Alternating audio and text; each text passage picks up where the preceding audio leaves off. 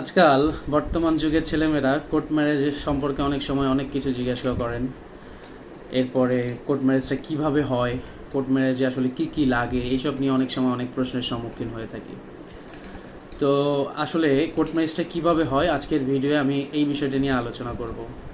আমি আসিফ আল মাসুদ মাইফ, অ্যাডভোকেট, ঢাকা জজ কোর্ট। তো আসলে কোর্ট ম্যারেজে কি কি লাগে? একটা কোর্ট ম্যারেজে সর্বপ্রথম লাগে হচ্ছে দুজন বিবাহযোগ্য ব্যক্তি যাদের বয়স অ্যাডাল্ট হতে হবে, বাংলাদেশ আইনে প্রাপ্তবয়স্ক হইতে হবে।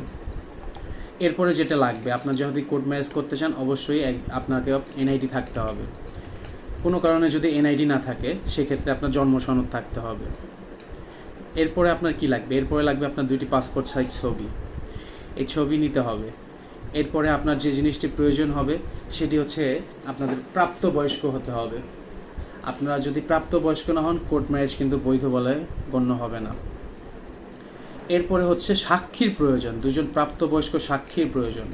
এখন প্রাপ্ত বয়স মানে কি, বা আপনাদের অনেক সময় প্রশ্ন জাগে, স্যার প্রাপ্ত বয়স আসলে কী জিনিস, কত বছর বয়সে আমি প্রাপ্তবয়স্ক হিসেবে গণ্য করব? ছেলেদের ক্ষেত্রে 21, মেয়েদের ক্ষেত্রে 18। এবং উভয়ের সম্মতি লাগবে। আপনি কাউকে জোরপূর্বক নিয়ে আসলেন, সেক্ষেত্রে সেই বিয়েটা বলবৎ হবে না, এই বিয়েটা পরে বাতিল বলে গণ্য হতে পারে। তো এরকম যারা অনেক ইনফরমেশন সম্পর্কে জানতে চান তারা আমাদেরকে নক করতে পারেন, আমাদের এইসব ভিডিওতে কানেক্টেড থাকতে পারেন। ধন্যবাদ। আসসালামু আলাইকুম।